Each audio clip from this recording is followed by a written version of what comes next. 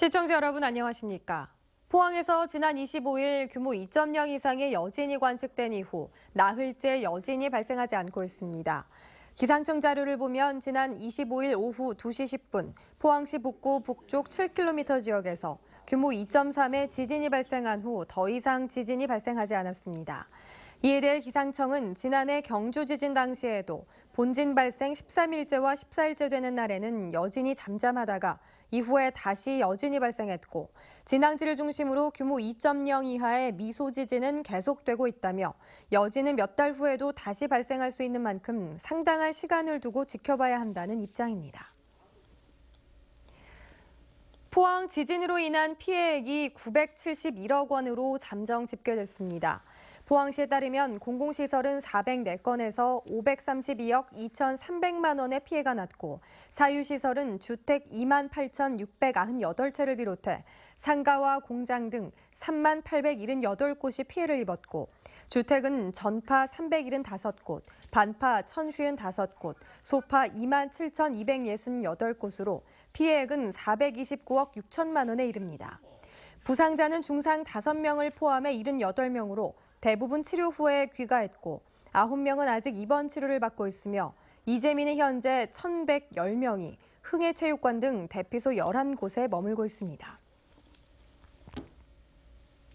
지진 피해 신고 마감 뒤에도 피해 신고가 이어지고 있지만 적절한 대책이 마련되지 않고 있습니다.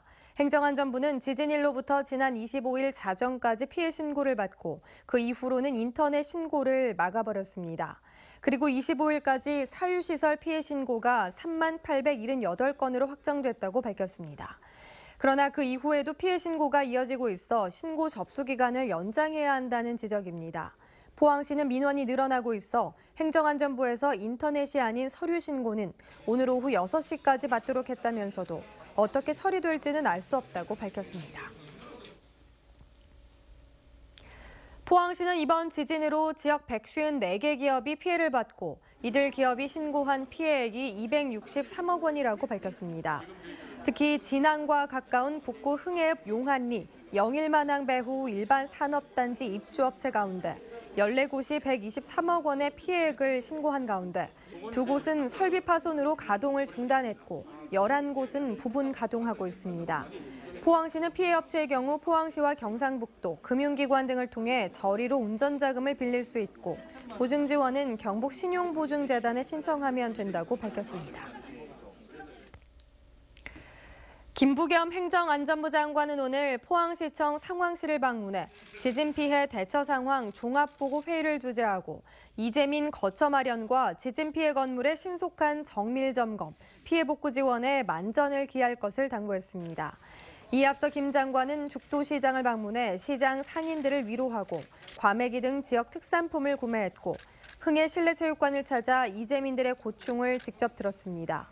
행정안전부는 어제 국무회의에서 각종 정부 워크숍이나 행사를 포항에서 개최하는 등 포항 지역 경제 활성화를 위해 각 부처 차원에서 협조해달라고 요청했습니다. 지난 15일 포항 지진으로 건물이 파손돼 수업을 하지 못하고 있던 장성초등학교 학생들이 2주 만에 정상 등교했습니다. 이 학교는 지진으로 건물 곳곳이 갈라지고 콘크리트가 떨어져 나가 철골 구조물이 드러나는 등 큰 피해를 입었는데 안전진단 결과 건물 안전에 문제가 없다는 결과가 나와 오늘부터 수업을 재개했습니다. 그러나 일부 학부모는 지진 트라우마와 학교 건물에 대한 불안감 등을 이유로 자녀를 등교시키지 않았습니다. 지금까지 포항에서 전해드렸습니다. 시청해주신 여러분 고맙습니다.